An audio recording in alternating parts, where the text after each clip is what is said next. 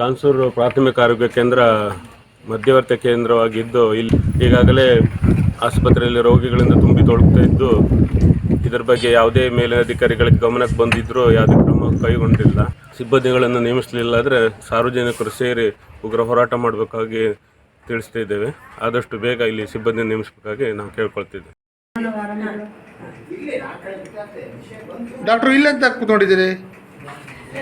ನಮ್ಮ ಸ್ಟಾಫ್ ಯಾರು ಇಲ್ಲ, ಎಲ್ಲ ಟ್ರಾನ್ಸ್ಫರ್ ಆಗಿ ಹೋಗಿದ್ದಾರೆ. ಈಗ ನಾನೇ ಒಬ್ಳೇ ಇರೋದೀಗ. ಈಗ ಸಿಬ್ಬಂದಿಗಳು ಯಾರು ಇಲ್ವಾ? ಎಲ್ಲ ಟ್ರಾನ್ಸ್ಫರ್ ಆಗಿದ್ದಾರೆ. ಈಗ ಗ್ರೂಪ್ ಡಿ ಮತ್ತೆ ನಾನು ಇಬ್ಬರೇ ಇರೋದು. ಇನ್ನು ಈಗ ನೀವಿಲ್ಲ ಅಂದ್ರೆ ನೀವು ರಜೆ ಮಾಡಿದ್ರೆ ರಜೆ ಮಾಡಿದ್ರೆ ಪೇಷಂಟ್ನ ರೆಫರ್ ಮಾಡಬೇಕು. ಅಲ್ಲ, ಯಾರು ಮಾಡೋರು? ಯಾರು ಡಿ ಗ್ರೂಪ್ ಡಿ ಅವರು ಮಾಡಬೇಕಾ? ಇಲ್ಲ ಅವ್ರು ಮಾಡಲ್ಲ, ಗ್ರೂಪ್ ಡಿ ಅವ್ರು ಏನು ಮಾಡಲ್ಲ. ಹಾಂ, ಈಗ ನಾನು ರಜೆ ಮಾಡಿದ್ರೆ ಯಾರನ್ನಾರು ಆಲ್ಟರ್ನೇಟಿವ್ ನೋಡಬೇಕು. ಈಗ ಸದ್ಯಕ್ಕಂತೂ ಯಾರೂ ಇಲ್ಲ. ಈಗ ಯಾವ್ಯಾವ ಟೈಪ್ ಇಲ್ಲಿ ಸಿಬ್ಬಂದಿಗಳಿಲ್ಲ ಇಲ್ಲಿ ಸ್ಟಾಫ್ ನರ್ಸ್ ಇಲ್ಲ, ಹಾಂ, ಆಮೇಲೆ ಲ್ಯಾಬ್ ಟೆಕ್ನಿಷಿಯನ್ ಇಲ್ಲ. ಹಾಂ. ಈಗ ಸದ್ಯಕ್ಕೆ PHC ಸ್ಟಾಫ್ ಅಂತ ಯಾರೂ ಇಲ್ಲ, ನಾನು ಒಬ್ಬಳೇ ಇರೋದೀಗ. ಡಾಕ್ಟರ್ ಒಬ್ಬರೇ? ಡಾಕ್ಟ್ರು ಗ್ರೂಪ್ ಡಿ ಇಬ್ಬರು ಇದ್ದೀರಿ.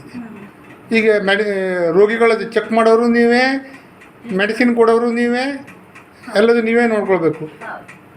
ಇದ್ರ ಬಗ್ಗೆ ನಿಮ್ಮ ಹಿರಿಯ ಅಧಿಕಾರಿಗಳಿಗಾದ್ರೂ ಹೇಳಿದ್ದೀರಾ? ಹೌದು, ಟ್ರಾನ್ಸ್ಫರ್ ಆಗಿ ನೆಕ್ಸ್ಟ್ ಡೇನೇ ಅವ್ರಿಗೆ ಲೆಟರ್ ಹಾಕಿದ್ವಿ ಸರಿಗೆ.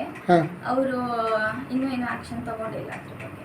ಇದು ಸಿದ್ದಾಪುರ ತಾಲೂಕಿನ ಕಾನಸೂರಿನ ಪ್ರಾಥಮಿಕ ಆರೋಗ್ಯ ಕೇಂದ್ರ. ಇಲ್ಲಿಯ ಅವ್ಯವಸ್ಥೆಯನ್ನು ನೋಡಿದರೆ ಯಾರು ಇಲ್ಲಿ ಬರುವಂಥ ಪರಿಸ್ಥಿತಿ ಇಲ್ಲ. ಯಾಕಂದರೆ ಡಾಕ್ಟ್ರ್ ಇದ್ದಾರೆ, ಒಂದು ಡಿ ದರ್ಜೆ ನೌಕರರಿದ್ದಾರೆ, ಆದರೆ ಒಂದೇ ಒಂದು ಸಿಬ್ಬಂದಿಗಳು ಸಹ ಈ ಆಸ್ಪತ್ರೆಯಲ್ಲಿ ಇಲ್ಲ.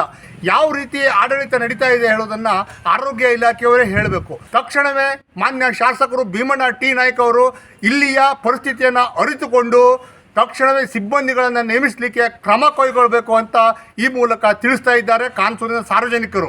ಕರಾವಳಿ ಮುಂಜಾವು ಡಿಜಿಟಲ್ಗಾಗಿ ರಾಜು ಕಾನ್ಸೂರ್, ಶಿರ್ಸಿ.